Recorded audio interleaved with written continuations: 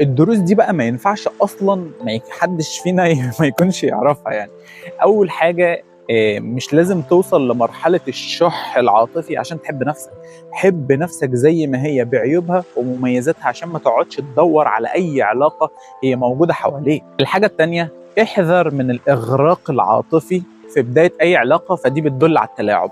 ودي معظمنا هتلاقي اي شخص داخل عليك علاقه او بنت داخله انت داخل معاها في علاقه جديده، تلاقيهم بيغرقوا بعض في المشاعر وهم لسه في البدايه عشان يعلقك بيه. خد بالك، ده تلاعب، ممكن تحصل لقطه، لكن التوازن هو اللي بيظبط العلاقات. بلاش الاوفر والهدايا الغاليه والحاجات الاوفر اللي احنا بنشوفها دي كلها عشان يغرقك فيه. الحاجه الثالثه، ما تسيبش ابواب متواربه للعلاقات اللي كانت موجوده قبل كده. ليه؟ عشان يحصل تشافي بشكل اسرع. والابواب المتواربه، حتى لو انت دخلت في علاقه جديده، ممكن الابواب اللي انت سبتها متواربه للعلاقه القديمه تفتح مشاكل في العلاقه الجديده. فلما تقفل علاقه اقفلها باحكام وبوضوح. الحاجه الرابعه، لو انت كنت حاسس انك افضل شخص في اصحابك وان انت الملهم دايما ليهم وحاسس ان هم اقل منك في الفكر وفي الثقافه وفي كل حاجه، فهنا يا بطل عليك وعليك انك تغير اصحابك او تضيف شخص جديد في الصحبه. لان اصحابك دول مش هيكونوا كده بيضيفوا لك اي حاجه، بل بالعكس هيبقوا عبء عليك. فدي حاجه مش كويسه خالص خالص يعني. المفروض الصحاب بيطوروا من بعض، لكن طول ما انت حاسس انك الافضل فيهم لازم تغيرهم او تضيف حد جديد.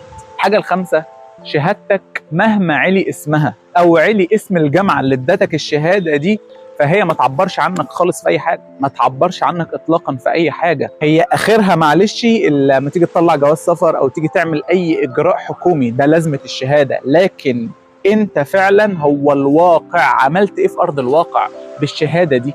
عملت حاجه ولا هي شهاده وخلاص، ورقه معلقها في البيت؟ اشتغل وانحت اسمك وشغلك في الحياه، مش في الشهادات واسماء الجامعات الرنانه. رقم 6، ادرك نواقصك وسامح نفسك وسامح الناس. الكمال الحقيقي للبني ادم الكامل انه يدرك النواقص اللي عنده والعيوب اللي عنده، مش المميزات على فكره. ليه؟ لان انت كل ما هتدرك عيوبك كل ما هتتطور وتصلحها طبعا يعني، كل ما هتتطور وهتعلى. اخر حاجه، مهما عملت انت ما انتش هتعرف تغير من طبع شخصيه سامه موجوده في حياتك، سواء كان صاحب او علاقه حب ما بينك وما بين شخص معين.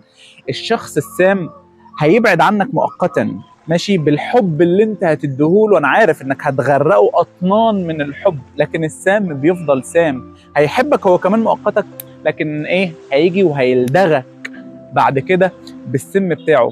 فما تضيعش وقتك مع شخص سام، لان الاغلبيه دلوقتي في مجتمعنا بقوا اشخاص سامه. زي ما قالوا، اطعام الافعى العسل لن يغير من طبيعتها السامه. دي دروس كان لازم تاخد بالك منها وتعرفها في حياتك علشان تعرف تتطور مع الوقت. اشوفكم على خير.